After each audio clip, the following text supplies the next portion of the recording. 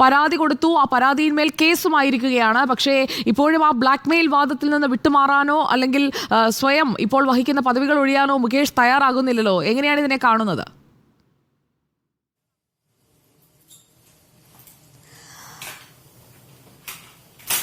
അദ്ദേഹം തീർച്ചയായിട്ടും ഇപ്പം പോലീസ് ഇപ്പം SIT വന്നിട്ട് എല്ലാ തെളിവുകളോടും കേസ് FIR ഇട്ടല്ലോ അദ്ദേഹത്തിനെതിരെ. പിന്നെ അദ്ദേഹം ഇതിൽ MLA തുടരുന്നതിൽ യാതൊരു പ്രസക്തിയുമില്ല.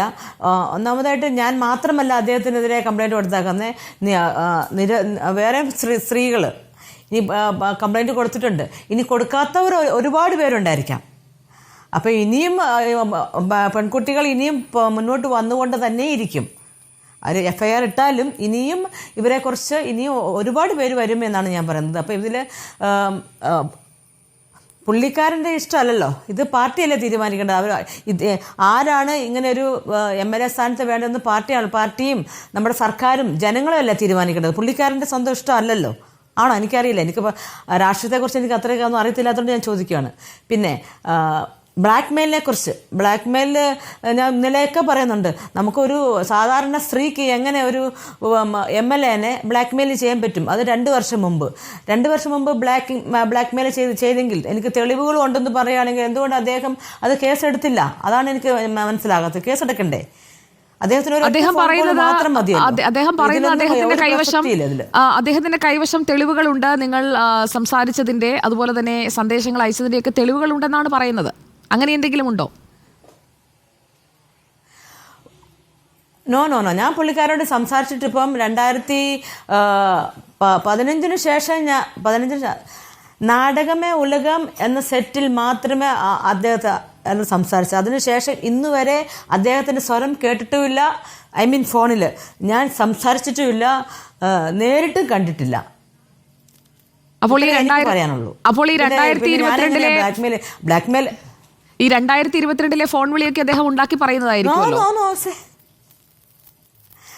ഉണ്ടാക്കിയ ഫാബ്രിക്കേറ്റഡ് സ്റ്റോറി. അങ്ങനെ ഇപ്പം ഇങ്ങനൊരു സംഭവം വന്നപ്പം ഒരു കൾപ്രിറ്റും ഞാൻ തെറ്റ് ചെയ്തു എന്ന് ഒരു കൾപ്രിറ്റും സമ്മതിക്കത്തില്ല. അപ്പോൾ എങ്ങനെയെങ്കിലും ഇതിൽ നിന്ന് ഒരു പക്ഷേ നമ്മളെ തളർത്താനായിരിക്കും എൻ്റെ തെളിവ്. അതൊക്കെ പണ്ടത്തെ ഈ ഓലപ്പാമ്പിനായിട്ട് പേടിപ്പിക്കുന്ന പരിപാടി പണ്ടായിരുന്നു. എനിക്ക് നല്ല ബോധ്യമുണ്ട്, ഞാൻ ഇദ്ദേഹത്തിനോട് സംസാരിച്ചിട്ടില്ല. എൻ്റെ വോയിസ് റെക്കോർഡ് പോലും ഇദ്ദേഹത്തിന് ഉണ്ടാകാൻ ഒരു ചാൻസ് ഇല്ലെന്ന് എനിക്ക് നല്ല ഇതുണ്ട്. ഞാൻ സംസാരിച്ചിട്ടില്ല. സംസാരിച്ചെങ്കിൽ എന്നൊക്കെ പറയുന്നെന്താ കുഴപ്പം? പറയാമല്ലോ. അന്വേഷണ സംഘം കാര്യങ്ങളൊക്കെ ചോദിച്ചറിഞ്ഞതിന് ശേഷം എന്തൊക്കെ വകുപ്പുകളിലാണ് കേസെടുത്തത്? വകുപ്പുകൾ കുറേ നമ്പേഴ്സ് ഇട്ടിട്ടുണ്ട്. ഞാനതൊന്നും എനിക്ക് അറിയത്തില്ല, എനിക്ക് ഓർക്കുന്നുമില്ല. ഞാൻ അതിനെപ്പറ്റി കൂടുതൽ, കാരണം അത് അവരുടെ ഡിപ്പാർട്ട്മെന്റ് ആണല്ലോ. സത്യസന്ധമായിട്ട് മനസ്സിലായി. ഏതൊക്കെ കുറ്റങ്ങൾ ചെയ്തുവെന്ന് ബോധ്യപ്പെട്ടു എന്നാണ് അവർ പറഞ്ഞത്. അയ്യോ, അത് നിയമപരമായിട്ടുള്ള കാര്യങ്ങളാണല്ലോ. ഇപ്പം 376 എന്നൊക്കെ അവർ പറഞ്ഞ് കേട്ടു. 509 എന്തൊക്കെയോ കുറേ നമ്പേഴ്സ്. ഇപ്പോൾ 7 പേർക്കും എതിരെയാണല്ലോ ഇവർ എഴുതുന്ന കണ്ടതുകൊണ്ട് അവർ പല നമ്പേഴ്സും പറയുന്നതുകൊണ്ട് അത് ഏതൊക്കെ IPC നമ്പറാണ് എന്തെന്ന് എനിക്ക് ശരിക്കും അറിയത്തില്ല കേട്ടോ. സോറി. ഓക്കെ, ഞാൻ ചോദിച്ചത് മുകേഷിനെതിരെ അപമാനിക്കാനുള്ള ശ്രമം എന്നാണോ അതോ ലൈംഗികാതിക്രമം എന്ന കൃത്യമായ പരാതിയിലേക്കാണോ പോയിരിക്കുന്നതെന്ന് അറിയാൻ വേണ്ടി ചോദിച്ചതാണ്. കൃത്യമായിട്ട് അതിക്രമത്തിനെതിരെയാണ് കേസെടുത്താക്കുന്നത്. ലൈംഗികാതിക്രമത്തിലാണ്. അതെ. ആ പരാതിയിൽ ആസ്പദമായ കാര്യങ്ങൾ പരിശോധിക്കുന്നതിന് വർഷങ്ങൾക്ക് മുൻപുള്ള കാര്യങ്ങളാണല്ലോ. അതിൽ തെളിവെടുപ്പ്, അതുപോലെ തന്നെ രഹസ്യമൊഴിയെടുക്കൽ, അതേക്കുറിച്ച് എന്തെങ്കിലും അന്വേഷണ സംഘം പറഞ്ഞോ?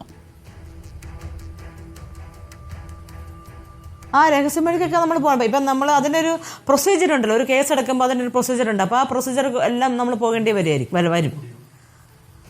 പിന്നെ ഒരു സ്ത്രീ ആക്രമിക്കപ്പെട്ടു എന്ന് പറയുമ്പോൾ ആ സ്ത്രീ പറയുന്ന മൊഴിക്കാണ് പ്രാധാന്യം. തീർച്ചയായും. ഇപ്പോൾ ഈ ഒരു കേസ് മുന്നോട്ടേക്ക് കൊണ്ടുപോകുമ്പോൾ അതിനിടയിൽ ഈ കേസിൽ നിന്ന് പിന്മാറ്റാനൊക്കെയുള്ള ശ്രമങ്ങൾ ഒരുപക്ഷെ ഉണ്ടായേക്കാം. അങ്ങനെയുള്ള എന്തെങ്കിലും ഫോൺ വിളികളോ സന്ദേശങ്ങളോ സമ്മർദ്ദ തന്ത്രങ്ങളോ ഒക്കെ ഉണ്ടാകുന്നുണ്ടോ? ഇല്ല, അങ്ങനെ ഇല്ല. എന്നെ കുറേ പേര് കോൺടാക്ട് ചെയ്തിട്ടുണ്ട്. 86 മിസ് കോളൊക്കെ എൻ്റെ ഫോണിൽ കിടപ്പുണ്ട്. പക്ഷേ എനിക്കൊന്നും അറ്റൻഡ് ചെയ്യാനുള്ള സമയം കിട്ടിയില്ല. അപ്പോൾ അതിൽ ആരൊക്കെയാണ് വിളിച്ചതെന്നൊന്നും എനിക്കറിയില്ല. ഫോൺ സൈലന്റിലായിരുന്നു. കാരണം ഇങ്ങനെ മീഡിയയിൽ ഇങ്ങനെ ഇന്റർവ്യൂ നടന്നുകൊണ്ടിരിക്കുമ്പോൾ നമ്മൾ ഫോൺ സൈലന്റ് ആക്കണം. ഈ പരാതിയുമായി മുന്നോട്ട് പോകുന്നു. അതിൽ കേസായിരിക്കുകയാണ്. ഒരാൾക്കെതിരെയല്ല, 7 പേർക്കെതിരെയാണ് ഇപ്പോൾ കേസെടുക്കുന്നതെന്നാണ് ഞാൻ മനസ്സിലാക്കുന്നത്. ഇതിൽ എല്ലാവരെയും കുറിച്ചുള്ള വിശദമായ വിവരങ്ങൾ ഇന്നലെ 10 മണിക്കൂറോളം സംസാരിച്ചല്ലേ അന്വേഷണ സംഘം? അതെ 7 പേർക്കുമെതിരെ എഫ്ഐആർ ഇട്ട് കഴിഞ്ഞു.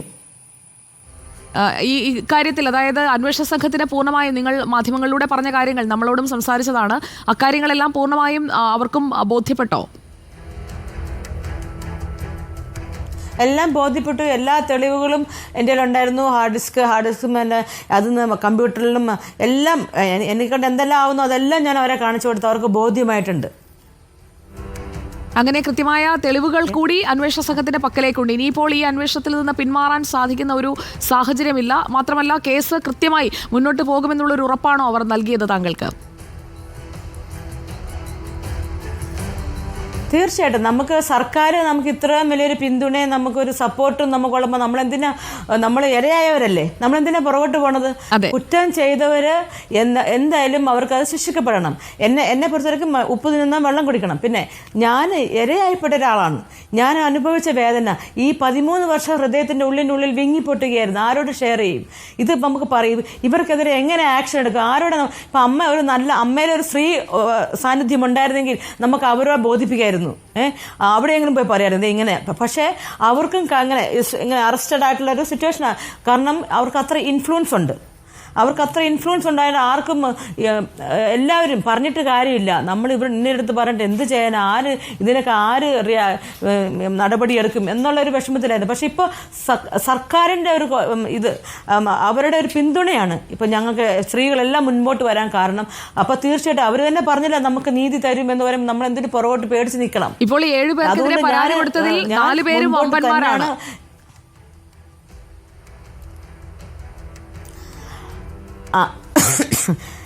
ഈ ക്രൈമിനെ വമ്പന്മാരൊന്നുമില്ല, അത് സെലിബ്രിറ്റിയൊന്നുമില്ല. എന്ത് വമ്പന്മാരായാലും തെറ്റെപ്പോഴും തെറ്റ് തന്നെയാണ്.